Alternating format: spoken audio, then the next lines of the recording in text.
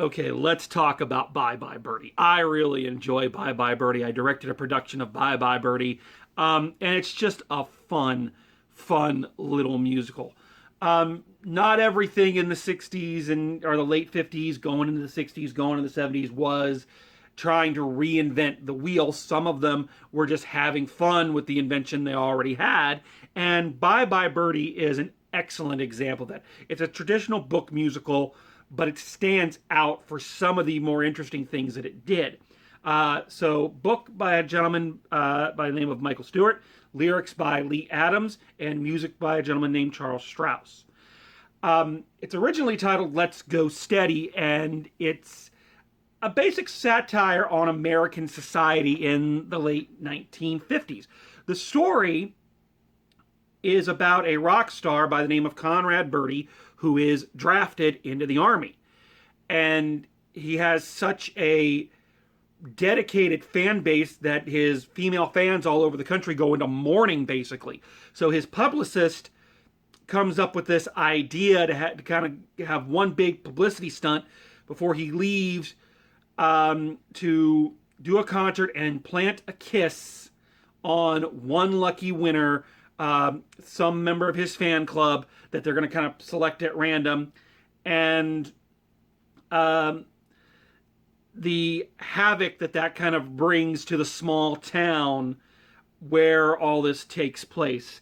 It's one of the first shows to use rock and roll music, which was then kind of like jazz was before it and rap would be after it, was considered the devil music. So it used rock and roll stylings as its main musical source. The story is based loosely on what happened when Elvis Presley signed up for the Army.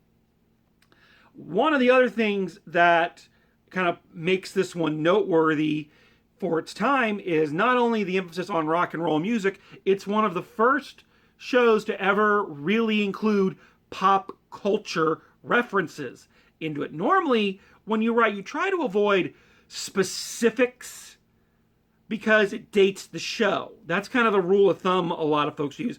You use actual show names or actual actor names. It'll sometimes date the performance once you get past a certain point. But with Bye Bye Birdie, not only was it the first form of rock and roll being seen, it makes reference to actors and politicians that were active at the time. There is a whole musical number. Now, some of you will never know about this. There was a show on called The Ed Sullivan Show, hosted by Ed Sullivan. Much like kind of a late night talk show is now, only instead of doing a talk show, he would have all these different acts on it. Kind of a big variety show. And it was the place to go to get over in the entertainment industry. Famously, the Beatles appeared on the Ed Sullivan Show.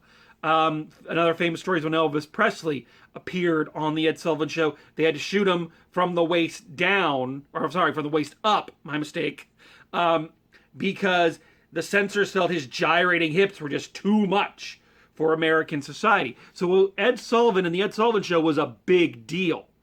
So they put into this show a song where the family that's hosting our fictional rock star named Conrad Birdie, hence the title, is told they're going to be on the Ed Sullivan Show, and they do this choral hymn to Ed Sullivan. It is a beautiful moment. It would be the same as right now if someone told you were going to go on the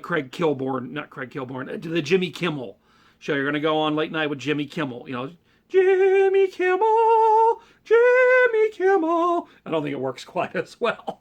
But again, not a show that's out to reinvent anything, but a very, very fun production.